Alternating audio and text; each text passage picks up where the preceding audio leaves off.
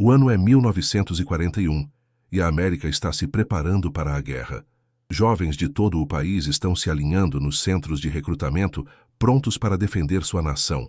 Mas se você for negro e sonhar em voar, o Corpo Aéreo do Exército dos Estados Unidos tem uma mensagem simples para você. Não. Não é apenas que as inscrições não são aceitas. Não é apenas que vamos pensar sobre isso. É apenas não. A posição oficial é que os homens negros carecem de inteligência, coragem e reflexos para pilotar aeronaves militares. Isso não é um preconceito sussurrado. É uma política escrita apoiada por estudos pseudocientíficos que o Departamento de Guerra cita como fato. Por décadas, os americanos negros foram sistematicamente excluídos da aviação militar. Os regulamentos do Exército são claros como cristal. As unidades de voo são apenas para pessoal branco. Mesmo com a nação se mobilizando para o maior conflito da história humana, mesmo com a necessidade de pilotos se tornando desesperadora, essa regra não cede. Soldados negros podem servir, claro, mas apenas em funções de apoio segregadas, cozinheiros, motoristas, trabalhadores. A ideia de um piloto de caça negro não é apenas improvável. De acordo com a doutrina militar oficial, é impossível. Mas a pressão está aumentando. A imprensa negra, liderada por jornais como o Pittsburgh Courier e o Chicago Defender, é implacável. Eles estão fazendo uma pergunta que está se tornando mais difícil de ignorar. Como a América pode lutar contra o fascismo no exterior enquanto pratica o racismo em casa? Organizações de direitos civis como a NAACP estão pressionando muito, exigindo que os cidadãos negros tenham a mesma oportunidade de servir e morrer por seu país que qualquer outro. Não se trata mais apenas de igualdade. Trata-se de expor a hipocrisia. Depois a Eleanor Roosevelt. A primeira-dama não apenas simpatiza com a causa, ela a defende ativamente. Em março de 1941, ela visita o Instituto Tuskegee, no Alabama, e faz algo que envia ondas de choque por Washington. Ela sobe em um avião pilotado pelo chefe Alfred Anderson, um instrutor de voo civil negro. A cobertura da imprensa é maciça. Aqui está a esposa do presidente demonstrando mais confiança em um piloto negro do que todo o exército dos Estados Unidos jamais demonstrou. O cálculo político muda. O presidente Franklin Roosevelt precisa de eleitores negros, especialmente nos estados do norte, onde eles não são privados de seus direitos. A guerra está chegando e a administração não pode se dar ao luxo de ter divisão interna. Então, em janeiro de 1941, o Departamento de Guerra anuncia um novo programa. Eles vão treinar pilotos negros, mas aqui está o detalhe. Eles o chamam de um experimento, não de uma oportunidade, não de um direito. Um experimento com todo o distanciamento científico que essa palavra implica. A mensagem subjacente é clara. Estamos testando se vocês são capazes de fazer isso. Eles escolhem Tuskegee, Alabama, para o local de treinamento. A ironia não passa despercebida a ninguém. Alabama, o coração do sul segregado, onde as leis Jim Crow são impostas com violência. Mas o Instituto Tuskegee está lá, uma faculdade historicamente negra, com alguma infraestrutura de treinamento de voo já instalada. Os militares podem manter esse experimento isolado, contido, longe de aeródromos brancos e cadetes brancos. Se esses pilotos negros falharem, e muitos no Corpo Aéreo do Exército esperam que falhem, o fracasso será silencioso, distante, facilmente enterrado. O que os militares não antecipam é que eles não estão criando um experimento. Eles estão criando um campo de prova. E os homens que chegarão ao campo aéreo do Exército de Tuskegee não estão vindo para participar do teste de alguém. Eles estão vindo para destruir todas as suposições racistas que os militares mantêm. Eles estão vindo para voar. O processo de seleção é projetado para ser impossível. O Corpo Aéreo do Exército estabelece padrões para candidatos negros que são mais altos do que os para cadetes brancos. Você precisa de um diploma universitário ou precisa passar em um exame equivalente, com o qual a maioria dos graduados universitários luta. Você precisa de saúde perfeita, 20/20 de visão, e precisa ter entre 18 e 26 anos de idade. Para contextualizar, a maioria dos cadetes de aviação brancos precisa apenas de 2 anos de faculdade ou da capacidade de passar em um teste muito mais simples. Os militares estão armando o jogo, esperando que a maioria dos candidatos negros seja eliminada antes mesmo de tocar em um cockpit. Em vez disso, algo inesperado acontece. Os candidatos que chegam a Tuskegee são extraordinários. Eles não estão apenas atendendo aos requisitos. Eles estão excedendo-os. Muitos têm diplomas universitários de instituições como Howard, Hampton ou o próprio Instituto Tuskegee. Alguns já têm licenças de piloto civil, tendo pago por caras aulas particulares do próprio bolso. Não são homens que tropeçaram nesta oportunidade. São homens que estão se preparando para isso a vida inteira, sabendo que teriam que ser 2 vezes melhores para obter metade do reconhecimento. A primeira turma de 13 cadetes começa o treinamento em julho de 1941. Seus instrutores militares são brancos, muitos deles sulistas, que nunca receberam ordens ou trabalharam ao lado de homens negros antes. A tensão é espessa o suficiente para cortar, mas os instrutores de voo civis do Instituto Tuskegee, liderados pelo chefe Alfred Anderson e Charles D., pronuncia-se Dó, são veteranos negros que sabem exatamente o que está em jogo. Eles entendem que cada erro, cada falha, será usada como prova de que a raça inteira não pode voar. O regime de treinamento é brutal. Os cadetes acordam antes do amanhecer e não param até o anoitecer. A escola de terra cobre navegação, meteorologia, mecânica de aeronaves e protocolo militar. Eles estão aprendendo a ler padrões climáticos, calcular cargas de combustível e identificar silhuetas de aeronaves inimigas em frações de segundo. A taxa de abandono acadêmico é alta, não porque o material seja unicamente difícil, mas porque há tolerância zero para erros. Um cadete branco pode ter uma segunda chance em um exame reprovado. Um cadete negro em Tuskegee recebe sua dispensa. Depois, há o voo em si. Eles começam em treinadores primários, o Boeing Stearman PT-17, um biplano que não perdoa erros. Os instrutores observam qualquer sinal de hesitação, qualquer indicação de que um cadete não tem os reflexos ou o julgamento para o combate. Os cadetes praticam decolagens e aterrissagens até que possam fazê-las vendados. Eles aprendem acrobacias, loops, rose spins, até que essas manobras se tornem instinto. Um erro em altitude pode te matar, e os instrutores garantem que todo cadete saiba disso. À medida que progridem, eles se movem para treinadores básicos, como o BT-13 Valiant, e depois para treinadores avançados como o AT-6 Texan. Cada aeronave é mais rápida, mais poderosa, mais complexa. A pressão psicológica é imensa. Esses homens sabem que oficiais brancos estão esperando que eles falhem. Eles sabem que jornais em todo o país estão assistindo. Eles sabem que seu sucesso ou fracasso afetará todas as pessoas negras que sonham em voar depois deles. Em 7 de março de 1942, a primeira turma se forma. 5 homens receberam suas asas de prata e comissões como segundos tenentes. Benjamin O. Davis Jr., George Roberts, Charles D., Amy Ross e Lemuel Custis. 5 de 13 começaram. Os militares esperavam que nenhum terminasse. Esses 5 homens acabaram de provar que os pilotos negros não são um experimento. Eles são uma realidade e são apenas o começo.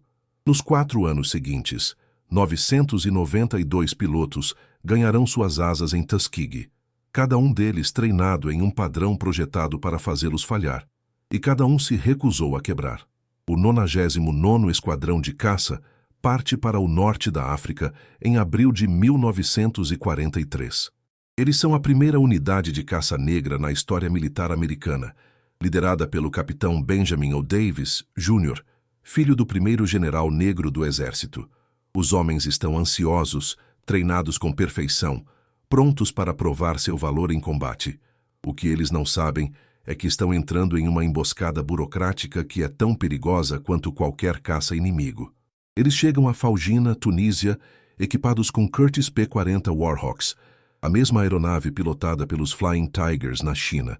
A campanha do norte da África está em pleno andamento. Forças alemãs e italianas estão sendo empurradas para trás, mas estão lutando muito. e os céus são contestados diariamente. O 99º deveria ser lançado à ação imediatamente. A necessidade de pilotos é urgente.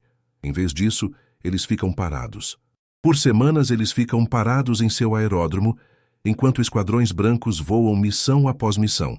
A razão oficial é que eles precisam de mais treinamento. A razão real é que os comandantes brancos não os querem no ar. Quando eles finalmente recebem missões de combate no início de junho, as missões são deliberadamente limitadas. Eles recebem tarefas de patrulha costeira e ataques a alvos terrestres. Trabalho importante, mas não o combate aéreo glamuroso que constrói reputações. O esquadrão está sendo montado para parecer ineficaz. Se eles não abaterem aviões inimigos, os críticos podem dizer que lhes falta agressão. Se eles sofrerem perdas, os críticos podem dizer que lhes falta habilidade. É um jogo armado, e todos sabem disso. Em 2 de julho de 1943, o 99º tem seu primeiro teste real. Eles estão escoltando uma formação de bombardeiros quando aparecem caças alemães. Focke-Wulf FW-190, algumas das melhores aeronaves da Luftwaffe. O tenente Charles Hall avista um mergulhando sobre os bombardeiros e empurra seu acelerador para a frente. O combate aéreo é breve e violento. As armas de Hall atingem o FW-190 e ele cai, soltando fumaça. É a primeira morte confirmada do 99º e Hall se torna o primeiro piloto negro a abater uma aeronave inimiga na história militar americana. Você pensaria que isso silenciaria os críticos. Não silencia.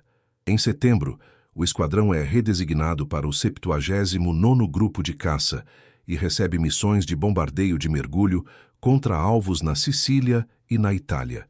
Eles estão atingindo pontes, depósitos de munição e posições inimigas com precisão. Eles estão fazendo exatamente o que lhes é pedido, mas como não estão acumulando vitórias aéreas, porque estão sendo designados para missões que não envolvem combate a ar, os sussurros começam. Talvez eles não tenham o que é preciso para o trabalho de caça. Talvez sejam mais adequados para o ataque terrestre. Então, o coronel William Momier, comandante do 33º Grupo de Caça, com o qual o 99º havia servido brevemente, apresenta um relatório oficial. Ele afirma que o esquadrão está abaixo do esperado. Ele diz que seu moral está baixo, sua agressividade é deficiente. Ele recomenda que sejam removidos das operações de combate e relegados à patrulha costeira. O relatório é exatamente o que os segregacionistas do Departamento de Guerra querem ouvir. Ele lhes dá munição para argumentar que o experimento Tuskegee falhou, que os pilotos negros simplesmente não conseguem lidar com a pressão do combate. O que o relatório de Momier não menciona é que o 99º voou exatamente as mesmas missões que os esquadrões brancos em seu grupo e sofreu as mesmas perdas. Não menciona que eles receberam aeronaves inferiores e menos apoio de manutenção. Não menciona que foram deliberadamente excluídos das missões de escolta de bombardeiros de alto perfil, onde as vitórias aéreas eram mais prováveis. O relatório é um trabalho de Machado, projetado para matar o programa antes que ele possa se expandir. Mas os homens do 99º continuam voando. Eles continuam atingindo seus alvos, eles continuam voltando vivos. E de volta a Washington, a luta pelo seu futuro está apenas começando. As estatísticas acabarão por contar a história real. Mas agora, no outono de 1943, todo o seu futuro depende de se alguém no poder está disposto a olhar além do preconceito e ver a verdade. Enquanto o 99º luta para sobreviver no Mediterrâneo, algo maior está sendo construído de volta em Tuskegee. O 332º Grupo de Caça está formando 3 esquadrões completos de pilotos de caça negros: o 100º, o 301 e o 302. Em dezembro de 1943, eles se deslocam para a Itália, e em fevereiro de 1944, o 99º se junta a eles. Pela primeira vez, as forças aéreas do Exército têm um grupo de caça inteiro, composto por aviadores negros, e eles estão prestes a mudar o jogo. Eles estão baseados no aeródromo de Ramitelli, na costa adriática da Itália. As pistas são ásperas, as condições são duras, mas a missão é clara. escoltar os bombardeiros pesados da 15ª Força Aérea profundamente em território inimigo. Não são mais os voos curtos sobre a Sicília. São voos de maratona para o coração da Europa, ocupada pelos nazistas: Áustria, Alemanha, Romênia, Polônia. Os bombardeiros estão atingindo refinarias de petróleo, fábricas de aeronaves e pátios ferroviários que mantêm a máquina de guerra alemã funcionando. E os caças alemães estão determinados a pará-los. O 332º está equipado inicialmente com P-47 Thunderbolts, aeronaves maciças com 8 metralhadoras calibre 50, mas em julho de 1944, eles fizeram a transição para o P-51 Mustang, o melhor caça da guerra. Longo alcance, rápido, manobrável, o Mustang é construído exatamente para esse tipo de missão. E os Tuskegee Airmen os pintam de uma forma que os torna inconfundíveis. Eles pintam as caudas de vermelho brilhante. As caudas vermelhas não são apenas para a identificação, elas são uma declaração.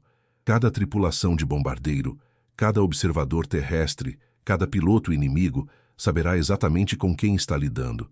Não há como se esconder, nem se misturar. Os homens do 332º estão anunciando sua presença e apostando tudo que seu desempenho corresponderá à sua visibilidade. Sua abordagem para a escolta de bombardeiros é diferente de outros grupos de caça. A tática padrão entre muitos esquadrões de escolta é quebrar a formação no momento em que os caças inimigos aparecem e se engajar em combates aéreos. É emocionante. Aumenta a contagem de abates pessoais. E é o que a maioria dos pilotos de caça prefere. A glória do combate 1 a 1, mas deixa os bombardeiros vulneráveis. Enquanto as escoltas estão perseguindo aviões alemães pelo céu, outros caças inimigos passam e atacam as formações de bombardeiros. Os Tuskegee Airmen permanecem com os bombardeiros. Eles não se afastam para perseguir abates, a menos que seja absolutamente necessário. Eles formam uma tela protetora e a mantêm, mesmo que isso signifique abrir mão de oportunidades de vitórias aéreas. O trabalho deles não é ser asses, é levar esses bombardeiros ao alvo e de volta para casa. Cada B-17 ou B-24 que volta significa 10 homens que sobrevivem à missão. Essa matemática é mais importante do que qualquer glória individual. As tripulações dos bombardeiros percebem imediatamente. Em meados de 1944, a notícia se espalha pela 15ª Força Aérea. Se você quiser voltar vivo, peça pelas caudas vermelhas. Os pilotos de bombardeiros começam a solicitar especificamente o 332º para suas missões. O apelido surge organicamente, os Anjos da Cauda Vermelha. Esses pilotos negros, aos quais foi dito que lhes faltava coragem e habilidade para voar, são agora as escoltas mais solicitadas no teatro. As estatísticas confirmam isso. Embora nenhum grupo de escolta pudesse prevenir todas as perdas, as defesas alemãs eram muito ferozes, as missões muito perigosas. O registro do 332º é excepcional. Eles voaram milhares de missões de escolta de bombardeiros. E sua taxa de perda, para os bombardeiros que protegeram, está entre as mais baixas de qualquer grupo de escolta. A narrativa de que os pilotos negros não podem ter um bom desempenho sob pressão está desmoronando sob o peso da evidência. Cada missão voada, cada bombardeiro trazido para casa em segurança, é mais um prego no caixão da justificação da segregação. O coronel Benjamin O. Davis Jr., agora no comando do grupo, mantém uma operação rigorosa. Ele exige disciplina, precisão e trabalho em equipe. Não há exibicionistas em seus esquadrões. Não há pilotos acumulando glória pessoal em detrimento da missão. As caudas vermelhas estão provando que a excelência não é sobre heroísmo individual. É sobre fazer o trabalho certo todas as vezes. 1.578 missões de combate. Esse número representa mais do que apenas voos. Representa mais de 15.000 surtidas individuais de pilotos de Tuskegee. Cada uma delas um ato deliberado de desafio contra um sistema que dizia que eles não podiam fazer isso. Essas missões abrangem desde junho de 1943 até o final da guerra, em maio de 1945. Elas cobrem todos os tipos de operações de combate que as forças aéreas do exército conduziram nos teatros mediterrâneo e europeu: escolta de bombardeiros, reconhecimento, ataque terrestre, ataques de metralhamento e patrulha armada. As missões de escolta de bombardeiros são a espinha dorsal de seu registro de combate. Somente entre janeiro e maio de 1945, o 332º voa 200 missões escoltando bombardeiros pesados para alvos em toda a Europa ocupada. Eles estão protegendo B-17s e B-24, atingindo fábricas de óleo sintético na Alemanha. Instalações que produzem o combustível de que a Wehrmacht precisa desesperadamente. Quando essas refinarias ficam escuras, tanques e aeronaves alemãs se tornam pesos de papel caros. Os Tuskegee Airmen não estão apenas lutando contra aviões no céu. Eles estão estrangulando a logística de toda uma máquina de guerra. 24 de março de 1945 é o dia em que as Caudas Vermelhas vão a Berlim. É a missão de escolta mais longa voada pela 15ª Força Aérea. 1.600 milhas de ida e volta, a maior parte sobre território inimigo. O alvo é a fábrica de tanques Daimler-Benz na capital alemã, um dos locais mais fortemente defendidos da Europa. Todo piloto sabe que os caças alemães lançarão tudo o que têm contra o fluxo de bombardeiros. A Luftwaffe não pode permitir que esse alvo seja atingido. A missão é lançada antes do amanhecer em Ramitelli. 43 Mustangs do 332º decolam na fria manhã italiana e sobem para encontrar os bombardeiros. A formação cruza os Alpes, depois segue para o norte através da Áustria e para a Alemanha. Os rádios estalam com atualizações de radar, caças inimigos às 10 horas, bandidos mergulhando por cima. As Caudas Vermelhas apertam sua formação em torno dos bombardeiros. Os interceptadores alemães vêm em ondas, Messerschmitt Bf-109s e Focke-Wulf 190s. Alguns deles pilotados por veteranos que lutam desde a Batalha da Grã-Bretanha. O céu se torna um caos de fogo traçante e aeronaves mergulhando. Os pilotos de Tuskegee engajam, mas não quebram a escolta. Eles abatem 3 jatos alemães, Messerschmitt Me-262, os primeiros caças a jato operacionais do mundo e a aeronave mais rápida no céu. É a única unidade da 15ª Força Aérea a abater os jatos naquele dia. Todos os bombardeiros chegam ao alvo. Todos os bombardeiros lançam sua carga útil. E no voo de volta, as Caudas Vermelhas os trazem todos de volta. Essa missão de Berlim se torna lendária, mas é apenas uma entrada em um registro muito mais longo. Eles escoltam bombardeiros para os campos de petróleo de Ploiesti, na Romênia, onde a artilharia antiaérea alemã é tão densa que parece que você pode caminhar sobre ela. Eles atingem pátios de manobra em Munique, fábricas de aeronaves em Regensburg e alvos industriais em Viena. Cada missão tem um propósito estratégico. Cada alvo aproxima a guerra de seu fim, mas a escolta de bombardeiros é apenas parte da história. O 332º também voa missões de ataque terrestre, mergulhando em comboios alemães, concentrações de tropas e depósitos de suprimentos. Eles metralham aeródromos, destruindo aviões inimigos no chão antes que possam decolar. Eles cortam linhas férreas, explodem pontes e transformam colunas alemãs em retirada em destroços em chamas nas estradas italianas e austríacas. Essas missões são perigosas de maneiras diferentes. A altitude é mais baixa, a artilharia antiaérea é mais pesada e não há onde se esconder quando você está fazendo um ataque de metralhamento a 200 pés. Eles voam missões de reconhecimento, coletando inteligência sobre posições e movimentos inimigos.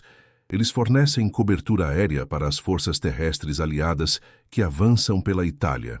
Cada tipo de missão, cada função que as forças aéreas do exército lhes pedem para preencher, eles executam com precisão. A versatilidade é importante porque prova que eles não são apenas capazes de uma tarefa. Eles são pilotos de caça de espectro total que podem lidar com qualquer coisa que o combate lhes imponha. Quando a guerra na Europa termina em 8 de maio de 1945, os Tuskegee Airmen destruíram ou danificaram mais de 400 aeronaves inimigas, 250 e poucas no ar e o restante no chão. Eles afundaram um destroyer apenas com fogo de metralhadora. Eles ganharam uma citação de unidade distinta por uma missão sobre Berlim. E fizeram tudo isso carregando o peso de representar uma raça inteira em um exército que ainda não acreditava que eles pertenciam. 150 cruzes de voo distinto. Essa é a contagem oficial de medalhas individuais, por heroísmo extraordinário em combate aéreo concedidas aos Tuskegee Airmen. Cada uma delas representa um momento em que um piloto foi além do dever, onde habilidade e coragem convergiram a 20.000 pés com caças inimigos se aproximando. Não são troféus de participação. A cruz de voo distinto é concedida por heroísmo ou conquista durante a participação em voo aéreo. Você tem que ganhá-la com sua vida em risco. O tenente Lee Archer está em um combate aéreo sobre a Áustria em 12 de outubro de 1944, quando avista um Messerschmitt Bf 109 alemão se alinhando em um bombardeiro desgarrado. Archer empurra seu Mustang em um mergulho íngreme, diminuindo a distância rapidamente. O piloto alemão é bom, experiente, e sabe que Archer está chegando. As duas aeronaves giram no céu em um balé violento. Rolls, subidas, curvas apertadas que puxam Gs suficientes para apagar a visão. Archer permanece com ele. Suas armas atingem o 109, até que ele se desintegre no ar. Ele é acreditado com múltiplos abates durante a guerra e se torna um dos poucos pilotos de Tuskegee a alcançar o status de as. Embora os debates sobre as contagens exatas continuassem por décadas. Depois, há o capitão Wendell Pruitt, que em uma missão em 1944 faz algo que parece impossível.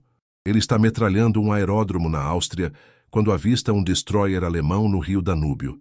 Pruitt desce ao nível da onda e faz múltiplas passagens. Suas metralhadoras calibre 50 costuram o convés. O destroyer começa a adernar. Quando Pruitt se afasta, o navio está afundando. Pilotos de caça não afundam destroyers com metralhadoras. Pruitt fez isso de qualquer maneira. Ele recebe a cruz de voo distinto por essa missão, embora não viva, para ver o fim da guerra. Ele morre em um acidente de treinamento em abril de 1945. O tenente Clarence Lucky Lester tem um dia que justifica seu apelido. Em 18 de julho de 1944, ele abate 3 aeronaves alemãs em uma única missão. 2 Bf-109s e um FW-190. Tudo dentro de 15 minutos de combate caótico. Cada abate é confirmado por seu ala e filmagem da câmera da arma. 3 caças inimigos destruídos antes do almoço. Ele se afasta sem um arranhão em seu Mustang. A cruz de voo distinto o espera quando ele pousa. Nem todo herói volta para casa. O segundo tenente Robert Daniels está escoltando bombardeiros sobre a Alemanha em 31 de março de 1945, quando seu Mustang sofre danos por artilharia antiaérea. Seu motor está fumegando, os controles estão baleados e ele está perdendo altitude rapidamente. Ele poderia saltar de paraquedas, mas está sobre território inimigo e a formação de bombardeiros ainda está sob ataque. Daniels permanece com sua aeronave moribunda, continuando a engajar caças inimigos, dando aos bombardeiros segundos preciosos para atingir seu alvo. Quando ele tem que saltar de paraquedas, ele está muito baixo. Ele não sobrevive. Sua cruz de voo distinto é concedida postumamente. O capitão Charles Bailey luta em meio a um enxame de caças alemães em 27 de janeiro de 1945. Seu Mustang sofre acertos. Projéteis de canhão perfuram a fuselagem. Estilhaços rasgam o cockpit. Ele está ferido, sangrando. E sua aeronave mal está respondendo. Qualquer piloto razoável se afastaria e voltaria para casa. Bailey permanece na formação. Ele continua a engajar caças inimigos até que o fluxo de bombardeiros esteja limpo. Então ele leva seu Mustang em frangalhos de volta para Ramitelli. Ele pousa com falha nos sistemas hidráulicos e tanques de combustível quase vazios. Os médicos o tiram do cockpit, sangrando de múltiplos ferimentos. Ele é premiado com a cruz de voo distinto e está de volta ao ar em semanas. O tenente Roscoe Brown abate um daqueles jatos Messerschmitt Me-262 sobre Berlim em 24 de março de 1945. Pegar um jato em um caça movido a hélice requer posicionamento e tempo perfeitos. Você tem uma chance antes que a diferença de velocidade torne a perseguição impossível. Brown tem sua chance e a aproveita. Suas balas encontram os motores do jato e ele cai. Ele é um dos poucos pilotos aliados a marcar um abate de jato. Cada uma dessas 150 cruzes de voo distinto conta uma história de alguém que encarou a morte e não piscou. Elas representam a nata, os momentos que se destacam mesmo em uma guerra cheia de heroísmo. Mas elas também representam algo maior. Prova positiva de que a coragem não tem cor. A evidência se torna impossível de ignorar. Quando a vitória na Europa é declarada, os Tuskegee Airmen compilaram um registro de combate que demole todas as justificativas racistas que os militares usaram para mantê-los fora dos cockpits. As alegações pseudocientíficas sobre reflexos e inteligência parecem absurdas quando confrontadas com relatórios de missão, mostrando pilotos negros executando formações complexas, navegando em voos de 1000 milhas e superando veteranos pilotos da Luftwaffe.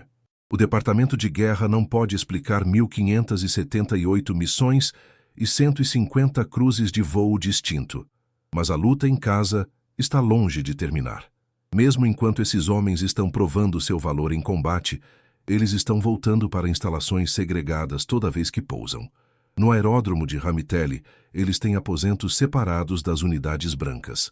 Quando viajam pelo sul-americano em licença, ou durante transferências, eles enfrentam as leis Jim Crow que os forçam para a parte de trás dos ônibus e lhes negam serviço em restaurantes. Em um incidente infame, prisioneiros de guerra alemães são autorizados a comer em uma lanchonete que se recusa a servir oficiais americanos negros. O absurdo é estonteante. Você pode arriscar sua vida pelo seu país em altitude, mas não pode almoçar com soldados brancos no chão. A contradição se torna um argumento poderoso para a mudança. Líderes de direitos civis se apegam ao registro dos Tuskegee Airmen como prova em seu caso, contra a segregação militar. Como o exército pode justificar manter unidades negras e brancas separadas quando pilotos negros acabaram de provar que podem fazer tudo o que os pilotos brancos podem fazer? Os velhos argumentos sobre coesão e moral da unidade soam vazios. O 332º Grupo de Caça tinha coesão, tinha moral, tinha resultados. Em outubro de 1945, o coronel Benjamin O. Davis Jr. testemunha perante um comitê do Departamento de Guerra que estuda a integração racial nas Forças Armadas. Ele apresenta os fatos metodicamente. Contagem de missões, taxas de perda, condecorações ganhas, tripulações de bombardeiros salvas. Ele não apela à emoção ou à justiça. Ele simplesmente expõe os dados e os deixa falar. O comitê não pode refutá-lo. Os Tuskegee Airmen tiveram sucesso em todas as métricas que os militares valorizam. O movimento mais amplo pelos direitos civis está ganhando impulso, impulsionado em parte pelas contribuições de militares negros durante a guerra. Centenas de milhares de americanos negros serviram na Segunda Guerra Mundial. Eles trabalharam como engenheiros, médicos, artilheiros e infantaria. Os Tuskegee Airmen são o exemplo mais visível, mas fazem parte de uma história maior de americanos negros, provando seu valor no uniforme enquanto lhes são negados direitos básicos em casa. Veteranos voltam de derrotar o fascismo na Europa apenas para enfrentar a discriminação na América. A hipocrisia se torna mais difícil de defender. A pressão política aumenta. O número e a influência dos eleitores negros nos estados do norte cresceram. Eles estão exigindo mudança e os políticos estão ouvindo. O presidente Harry Truman, que assumiu o cargo após a morte de Roosevelt, em abril de 1945, enfrenta uma escolha. Ele pode manter o status quo e alienar um eleitorado-chave, ou pode agir. A cúpula militar está dividida. Alguns líderes reconhecem que a segregação é moralmente errada e operacionalmente ineficiente, enquanto outros se agarram aos velhos preconceitos. Em 26 de julho de 1948, o presidente Truman assina a Ordem Executiva número 9081. A ordem é simples e direta. Fica aqui declarado que é política do presidente que haverá igualdade de tratamento e oportunidade para todas as pessoas nas Forças Armadas, sem distinção de raça, cor, religião ou origem nacional. Não há mais unidades separadas. Não há mais instalações separadas. Não há mais Jim Crow no uniforme. A ordem não acaba com a discriminação da noite para o dia.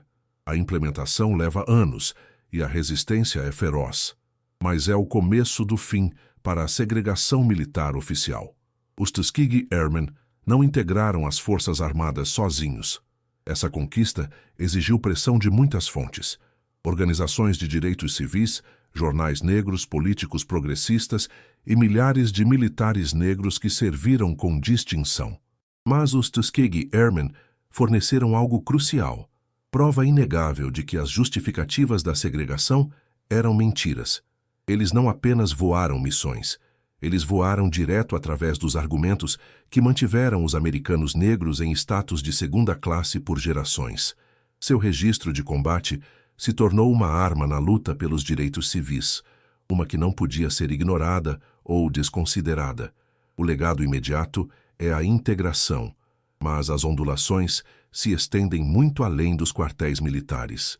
Quando as Forças Armadas começam a se integrar no final da década de 1940 e início da década de 1950, isso cria um projeto para o movimento mais amplo pelos direitos civis. Se os militares, uma das instituições mais apegadas à tradição da América, podem se integrar com sucesso, então as escolas podem se integrar, as empresas podem se integrar, as instalações públicas podem se integrar. Os Tuskegee Airmen ajudaram a provar que a integração não destrói a eficácia, ela a melhora. Essa lição ecoa nas batalhas das décadas de 1950 e 1960, enquanto ativistas lutam pela dessegregação em todos os cantos da vida americana. Os próprios homens se tornam defensores poderosos. Benjamin O. Davis Jr. ascende ao posto de general de 4 estrelas, o primeiro oficial negro a alcançar esse posto na Força Aérea. Ele serve como um lembrete vivo do que é possível quando as barreiras caem. Daniel Chappie James Jr., que treinou em Tuskegee no final da guerra, se torna o primeiro general de 4 estrelas negro em qualquer ramo das Forças Armadas. Não são promoções simbólicas. São líderes comprovados em combate que ganharam suas estrelas através de décadas de serviço distinto. Cada promoção desgasta a noção de que oficiais negros não podem liderar nos níveis mais altos. Mas o legado não se limita aos círculos militares. Os Tuskegee Airmen se tornam símbolos de excelência, alcançando o sucesso contra probabilidades impossíveis. Sua história ressoa em salas de reuniões corporativas, salas de aula e tribunais. Quando alguém argumenta que as barreiras existem porque certos grupos não estão prontos ou carecem das qualificações, os Tuskegee Airmen são um contra-argumento histórico. Foi-lhes dito que lhes faltavam as qualificações. Eles provaram o contrário. A lição se aplica além da aviação. Aplica-se a qualquer campo onde barreiras artificiais mantêm pessoas talentosas de fora. Por décadas após a guerra, suas conquistas são conhecidas, mas subestimadas. Muitos Tuskegee Airmen voltaram à vida civil e enfrentaram a mesma discriminação contra a qual lutaram. Tiveram empregos, moradia e oportunidades negados, apesar de seus registros de serviço. Alguns se tornaram professores, outros empresários. Muitos permaneceram na aviação como pilotos comerciais ou instrutores de voo. Eles carregaram seu orgulho silenciosamente, compartilhando suas histórias em reuniões de veteranos e escolas locais, mas em grande parte ausentes das narrativas históricas mainstream. Isso muda nas décadas de 1990 e 2000. Historiadores começam a documentar suas contribuições de forma mais completa. Documentários levam suas histórias a públicos mais amplos. Em 2006, o presidente George W. Bush concede a Medalha de Ouro do Congresso coletivamente aos Tuskegee Airmen, finalmente dando-lhes o reconhecimento nacional que ganharam 6 décadas antes. A cerimônia na rotunda do Capitólio contou com a presença de cerca de 300 aviadores sobreviventes, muitos agora com 80 e 90 anos. O aplauso durou minutos.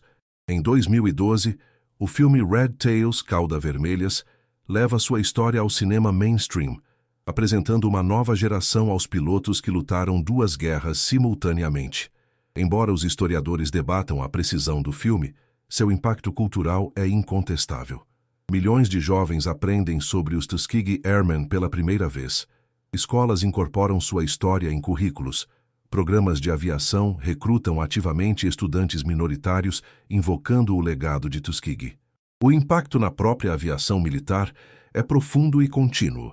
A Força Aérea de hoje é dramaticamente mais diversa do que a força segregada de 1941.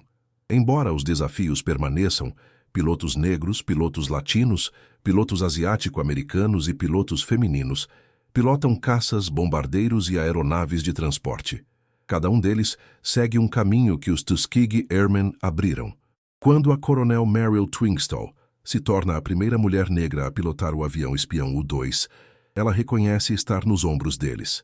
Quando o major Robert Friend registra mais de 50 anos na aviação, incluindo combate em 3 guerras, ele leva adiante o padrão que eles estabeleceram. Os 992 pilotos que ganharam suas asas em Tuskegee entre 1942 e 1946 não apenas aprenderam a voar. Eles aprenderam a carregar o peso das expectativas que esmagariam a maioria das pessoas. Eles aprenderam a ter um desempenho impecável quando qualquer coisa menos que a perfeição seria usada como evidência contra toda a sua raça. Eles aprenderam que a excelência é a forma mais poderosa de protesto. E eles ensinaram à América uma lição que ela precisava desesperadamente aprender, que talento e coragem não têm nada a ver com a cor da pele. O céu não se importa com quem está voando através dele. Nem nós deveríamos.